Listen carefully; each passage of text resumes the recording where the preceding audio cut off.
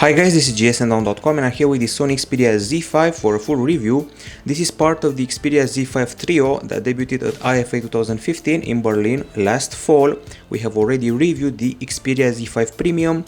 Time for the Xperia Z5. So it's priced at around $500 on Amazon.com, and now let's talk about the design. So first things first, we're dealing with a phone that's both compact and elegant, comes in black, gold, green or white, measures 7.3mm in thickness and weighs 154 grams, and it's 0.5mm slimmer than the Xperia Z5 Premium and 26 grams lighter. It's a rectangular phone with slightly rounded edges, and the bad thing about this design is that its edges are a bit lifted above the screen and above the back, and they feel like they cut into your fingers a little bit after a long period of usage.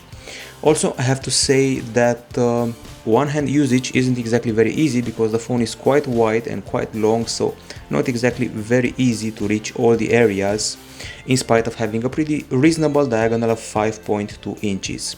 We're getting here a metal frame, and from what I understood, these are actually polycarbonate edges that cover up the metal frame, and we have big screen bezels. Let's see those again. When I say big, I mean big by current standards, since the phones have ultra slim bezels. This one is a matte glass panel at the back, glass panel at the front, and I find the volume buttons placement to be very uncomfortable.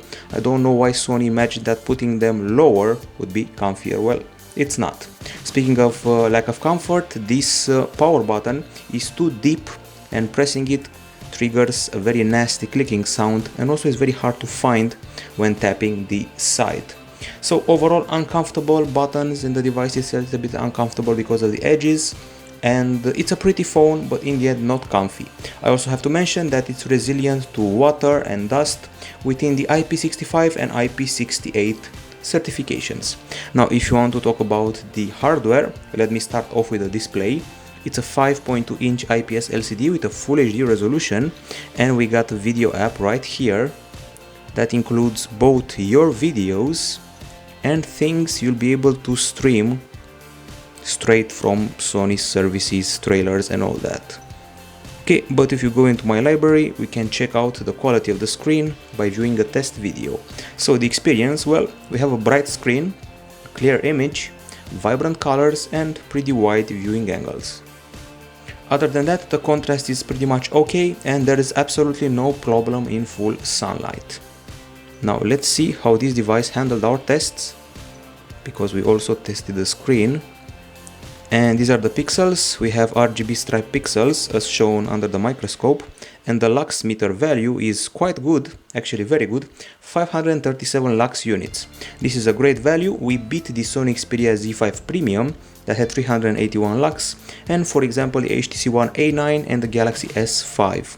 As usual, we have quite a few options that are related to the screen. You can find them here. We have wallpaper, clock, system icons, image enhancement is set to off, X-Reality for mobile, which improves the viewing quality of photos and videos, and super vivid mode for those who like some colors with an extra punch. Glove mode, brightness level, adaptive brightness, white balance with 3 RGB sliders, sleep, smart backlight, font size, tap to wake up, and that's pretty much it. So overall, I have to say that this screen is great, especially compared to the latest Xperias we've tested. And now the CPU here is an octa-core Qualcomm Snapdragon 810, and this one comes with Adreno 430 GPU, 3GB of RAM and 32GB of storage to accompany it as other hardware specs. We have a microSD card slot with up to 200GB supported, and as you can see, the interface is very fluid, it has no lag, and functioning is great, especially after we updated to Marshmallow compared to the Lollipop version we had when we did the unboxing. Other than that, we're running games pretty much okay, like for example the Riptide GP2, Hopeless 2 and other titles. This is Riptide GP2. You can set the graphics all the way up and enjoy some very nice lighting effects, shadows, dynamic lighting, very nice looking water and all that.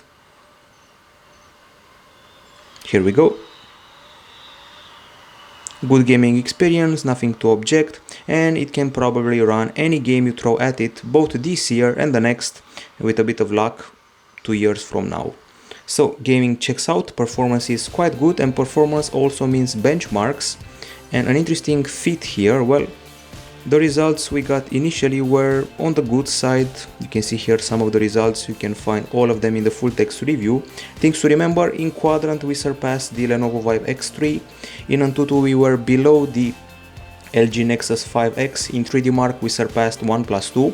However, after updating to Marshmallow, the results jumped a bit. So initially, this is the score we got in Antutu 6, 63,000, but after the Marshmallow update, it increased by 10,000 points, so expect an increase generally. Overall, it beats the Snapdragon 808 handsets from last year and some Snapdragon 810, so performance is quite okay. While that is okay, what's not exactly okay is the temperature, because after 15 minutes of playing Riptide GP2, we got to 41 degrees Celsius, which means overheating, and this happens quite fast, even faster than those 15 minutes I just mentioned. It's still not at the level of 45 degrees of the Z5 Premium, but still it's overheating. Now let's talk about the acoustics. So speaker here and speaker here, two front speakers, top and bottom, and the music app is still here. It's not called Walkman. That's been happening for a while now. We have a huge array of organization settings here, and you can view the songs like this. And I guess it's time to give it a go. I can say it has Spotify integration and a lot of extra settings that you can access. Settings, and here you can find the audio ones. We have this one here that upgrades the quality of compressed music up to high-res audio or close to high-res audio. We got Clear Audio Plus, sound effects, an equalizer with 5 custom channels, clear bass, automatic optimization for headphones, S4 front surround, dynamic normalizer, and once again a ton of options. But let's actually listen to the speakers.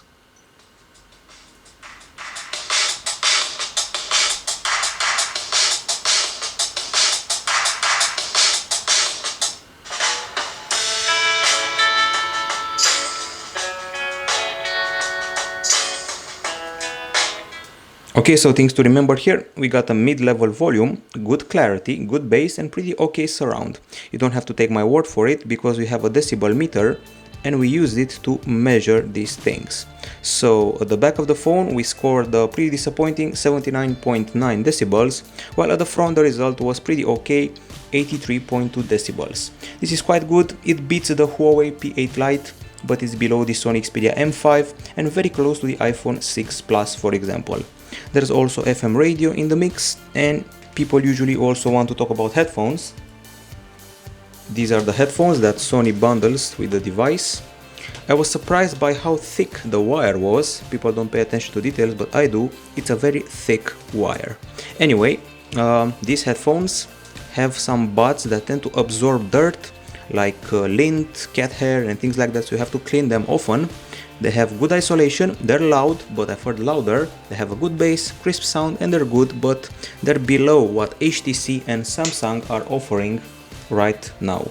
So the acoustics are, I would say, reasonable, and now let's move forward to other aspects. So it's time to talk about the camera. At the back of the Sony Xperia Z5 there's a 23 megapixel shooter right here with an LED flash, and the sensor measures about 1/2 of an inch or so. It takes focus in 0.03 seconds, autofocus, does up to 8x digital zoom, has a G-lens, f2.0 aperture, we have a dedicated physical camera button, 5 megapixel selfie shooter, and the camera UI should feel familiar if you watched our review of the Sony Xperia Z5 Premium. This is an updated UI compared to what you saw in the unboxing. It's now swipe based. We have the usual camera apps including augmented reality options, 4K video, stickers. These are the video capture options. You can take Full HD in 30 or 60 frames per second.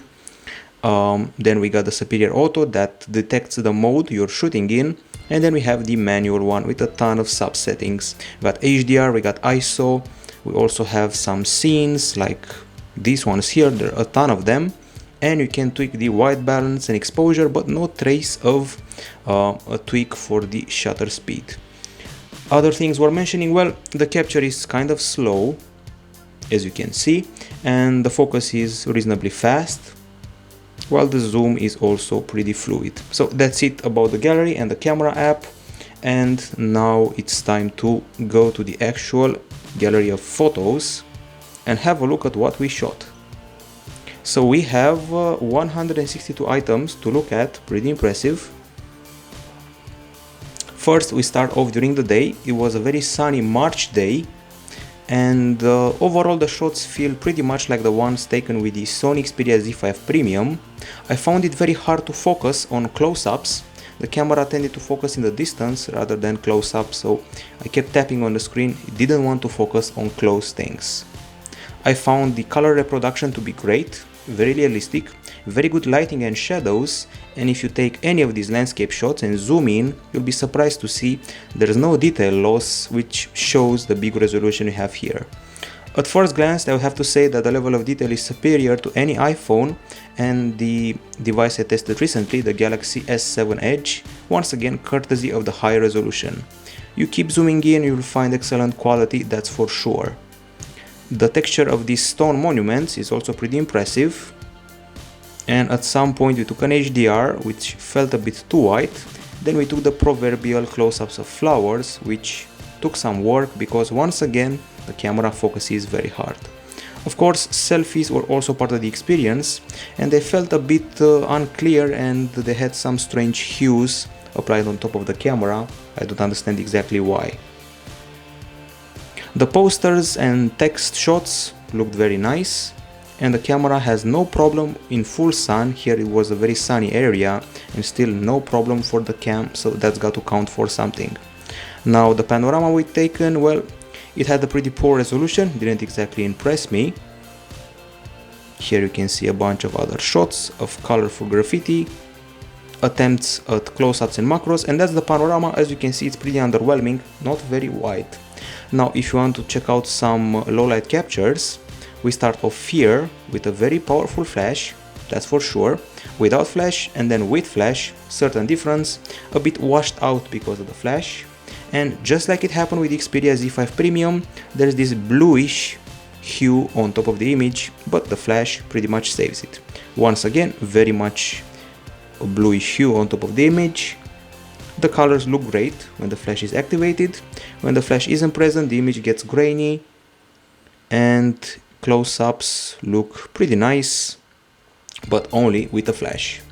The streetlight halos are pretty much okay, I have to say, and when you're using night scene, you'll notice an improvement in the image quality, although you have to sit still for a bit and wait for it to be applied and to focus properly. So thanks to night scene, you get rid of the bluish hues, but then again the resolution is smaller because you're taking 8 megapixel shots. Pretty good colors and pretty good brightness, that's what you have to remember when it comes to low light shots.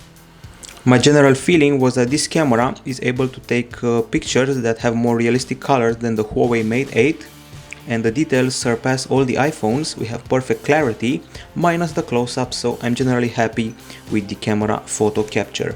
When it comes to video, we shot in MP4, 30 or 60 frames per second in Full HD with a 17 megapixel bitrate and 4K when need be. Okay, so this is a 4K video, I'm starting with it. It has pretty poor stabilization, of course the image is crisp and clear. There are some wind problems. The microphones would be good, but when it comes to the wind, well, they cannot face it. And the clarity and exposure are quite good. Don't get me wrong, even though we have this lack of stabilization I mean, the quality and clarity is quite good here. There's no focus problem. We got a cinematic view in the 60 frames per second video. Even moving subjects are caught pretty much okay. And setting up the exposure from light to darkness is done in excellent fashion. Okay, one more video before we go. I talked before about moving subjects, so absolutely no problem with moving subjects in the frame. Brightness and colors all okay. However, at night things are a bit on the underwhelming side. So video capture at night, it's blue, it's grainy, but somehow the colors remain okay. Speaking of okay, the general aspect of the video capture was pretty good, aside from the stabilization lack and the low light with this blue halo on top of it. I'd say the video capture is at about 10% inferior compared to the iPhone 6s.